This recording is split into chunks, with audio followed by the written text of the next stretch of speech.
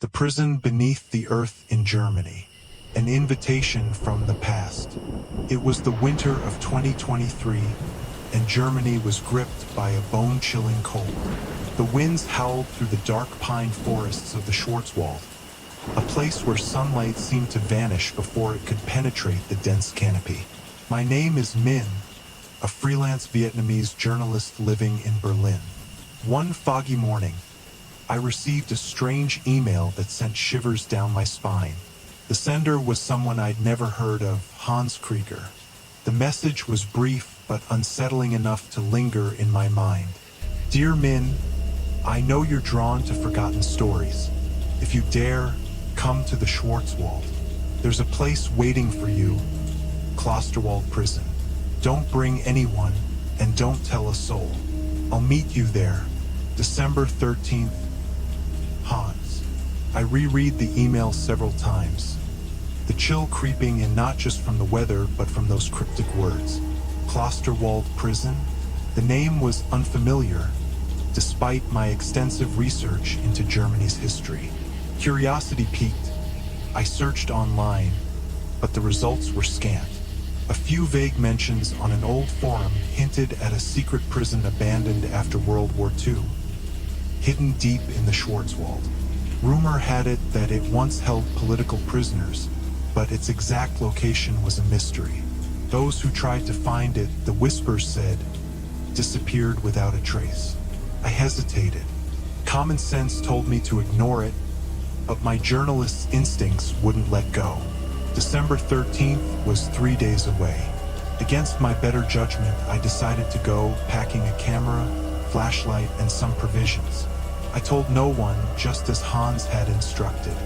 The drive to the Schwarzwald took longer than expected. Narrow roads twisted deeper into the forest, the trees growing so thick they seemed to swallow my rented car.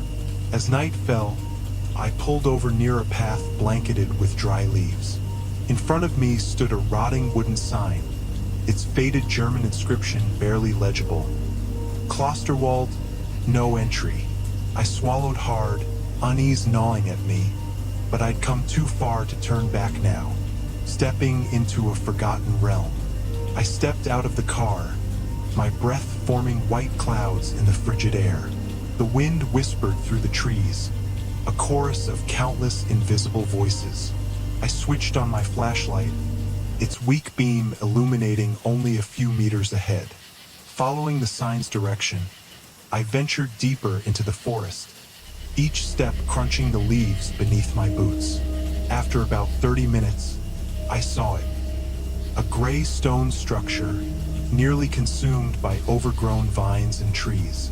Klosterwald Prison didn't resemble any prison I'd ever seen. It wasn't tall or imposing but squat and fortress-like, its moss-covered walls punctuated by tiny, barred windows rusted shut. The main gate, made of heavy iron, sagged on its hinges, untouched for decades. I called out, "Hans? Are you here?" My voice echoed in the stillness, unanswered except by the wind and a distant owl's cry. I pushed the gate, and it screeched open with a piercing wail. Inside lay a small courtyard overrun with weeds, leading to a pitch-black entrance that resembled a cave's maw. I stepped inside, the flashlight beam sweeping over cracked, stained walls. The air was thick and damp, carrying a stench of decay mixed with something metallic, like old blood. I pressed deeper, entering a long corridor lined with iron doors on both sides. This must have been the cell block. The doors were locked tight, but through the narrow gaps, I glimpsed tiny rooms. No beds, no tables, just cold stone floors and strange scratch marks etched into the walls.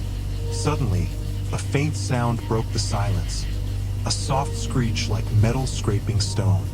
I spun around, heart pounding, but the corridor remained empty. "Hans!" I called again, my voice trembling. No response. Then, at the far end of the hallway, a figure appeared. Tall, thin, cloaked in a long black coat. Relief washed over me, assuming it was Hans. "Mr. Krieger?" "Is that you?" I stepped forward, but the figure didn't reply. As I drew closer, my flashlight caught its face, or what was left of it. The skin was shriveled, the eyes hollow and milky white, the mouth split into a grotesque grin. I screamed, stumbling back, but the figure vanished before my eyes, as if it had never been there.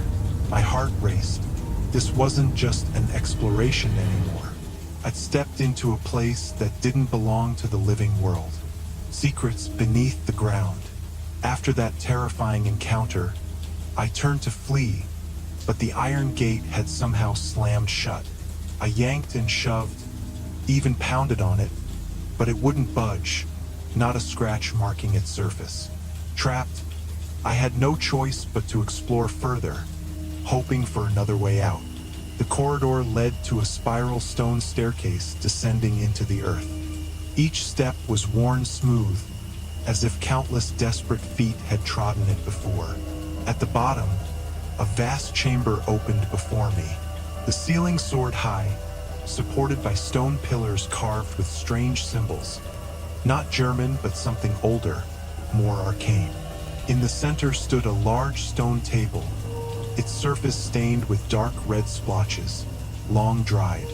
Around it hung rusted chains dangling from the ceiling, tipped with sharp iron hooks. This wasn't a cell block, it was a torture chamber. A shudder ran through me as I imagined the horrors that had unfolded here. Then I spotted an old notebook in the corner, its leather cover crumbling with age. I picked it up and flipped through the pages. It was a journal, written by someone named Heinrich Müller, who claimed to be the warden of Klosterwald. The scrawled entries, penned in black ink, detailed monstrous experiments conducted here in the 1940s. The prison hadn't just held political prisoners. It had been a site for secret rituals involving an entity Müller called Der Wachter, the Watcher. According to the journal, Der Wachter was an ancient force sealed beneath the Schwarzwald centuries ago. When the Nazis occupied the region, they discovered the seal and sought to harness its power. Their rituals failed, awakening the Watcher instead. It slaughtered everyone in the prison, leaving Müller as the sole survivor, driven mad as he recorded the events before vanishing. My throat went dry as I read. The figures, the sounds, were they remnants of that nightmare? Before I could process it, a low growl rumbled from somewhere in the darkness. My flashlight flickered and died, confronting the darkness. I stood frozen in the pitch-black chamber, hearing only my ragged breathing and the growl growing closer. Then, from a corner, two glowing red eyes appeared, towering at least 2 meters above me. I couldn't make out its form, but I felt the presence of something massive, inhuman. "Who are you?" A deep, guttural voice boomed inside my skull, bypassing my ears to invade my mind. I trembled, too terrified to respond. The red eyes drew nearer, and a foul stench filled the air, a mix of rotting flesh and sulfur. "I am Der Wachter," it said, "the guardian of the gate. You have disturbed my rest." I didn't mean to," I stammered. "I just wanted the truth." "The truth?" It laughed, a grating sound like wind through a chimney. "The truth is that fools woke me, and now you will pay." I turned to run, but my feet felt glued to the floor. A cold force enveloped me, and invisible hands clamped around my throat. As I blacked out, I heard it whisper, "You will stay here forever." When I came to, I was lying in a small cell, its iron door bolted shut. My flashlight and bag were gone. The scratches on the walls were clearer now, not random marks but words repeated in German. Es gibt kein Entkommen. No escape. An ending without words. I don't know how long I've been in this cell. Days or nights, time has lost meaning. I hear footsteps, moans, and sometimes the Watcher's maniacal laughter.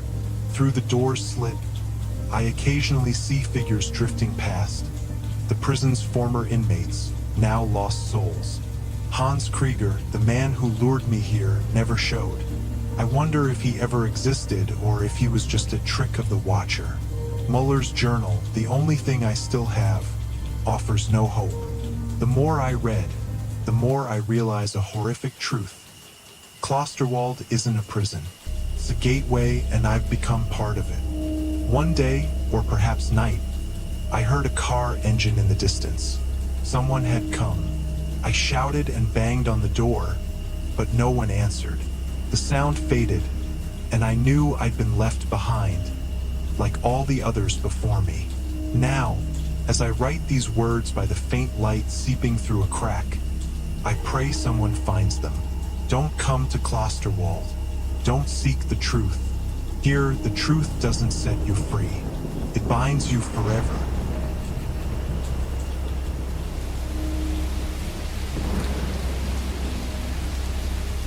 A story scarier than that. Hell holds Hexenfelsen. The whisper in the static. It was late November 2023 when Lucas Meyer, a sound engineer from Munich, stumbled upon something that would unravel my life. I'd always been fascinated by abandoned places, recording their eerie acoustics for my experimental audio projects. That month, a cryptic tip came through an obscure online forum I frequented. If you want true silence that screams, go to Hexenfelsen Prison in the Harz Mountains. Bring your gear. Don't come alone. It's waiting. The message was unsigned, but the mention of Hexenfelsen Prison piqued my interest. I'd heard whispers of it, a place shrouded in local legend, said to have been a Nazi-era detention center that vanished from official records after the war. The Harz Mountains, with their jagged peaks and fog-choked valleys, were already steeped in tales of witches and devils. A prison there? It sounded like the perfect haunt for my next recording. I convinced my friend Anna, a fearless photographer with a taste for the macabre, to join me. She grinned when I pitched the idea, her green eyes glinting with excitement. A creepy prison in the middle of nowhere? Count me in, Lucas.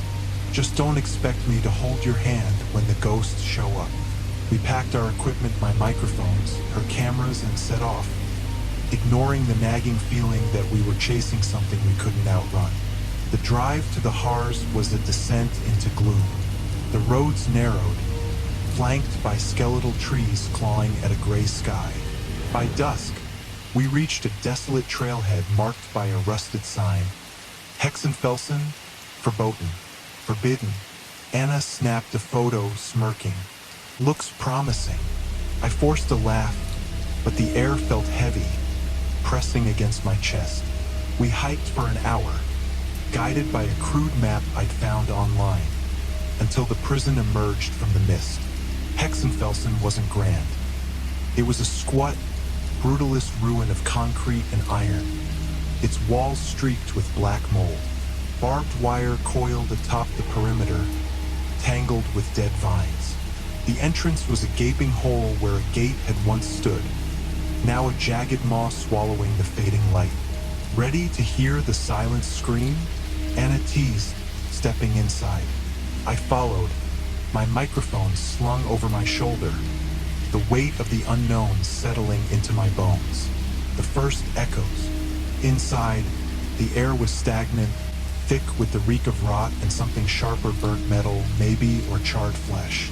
I set up my gear in the main hall, a cavernous space with a cracked concrete floor and walls pocked with bullet holes. Anna wandered off, her camera flashing as she captured the decay. Rusted cell doors, broken pipes dripping sludge, and strange, claw-like gouges in the stone. I switched on my recorder, adjusting the levels. At first, there was nothing but the hum of static. Then, a faint sound crept in a low, rhythmic thumping, like a heartbeat muffled by earth. I frowned, checking my equipment. The sound wasn't coming from my mics. It was in the air, vibrating through the walls. Anna, you hear that? Cole. She emerged from a side corridor, her face pale. Yeah, and I found something weird. Come look. She led me to a cell unlike the others. Its door hung ajar, revealing a small chamber with a single iron chair bolted to the floor. Chains dangled from the ceiling, their ends crusted with something dark, dried blood. I realized with a sick lurch, but what chilled me most was the wall.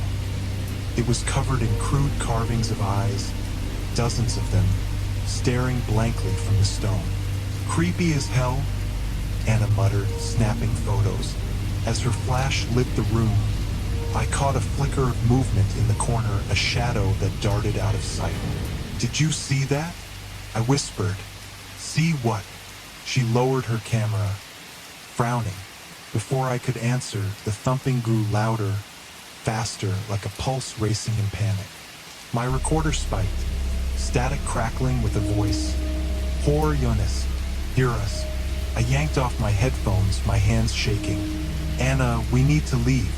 But when we turned back, the main hall had changed. The exit was gone, replaced by a solid wall of concrete. Anna pounded on it, cursing. This wasn't here 5 minutes ago.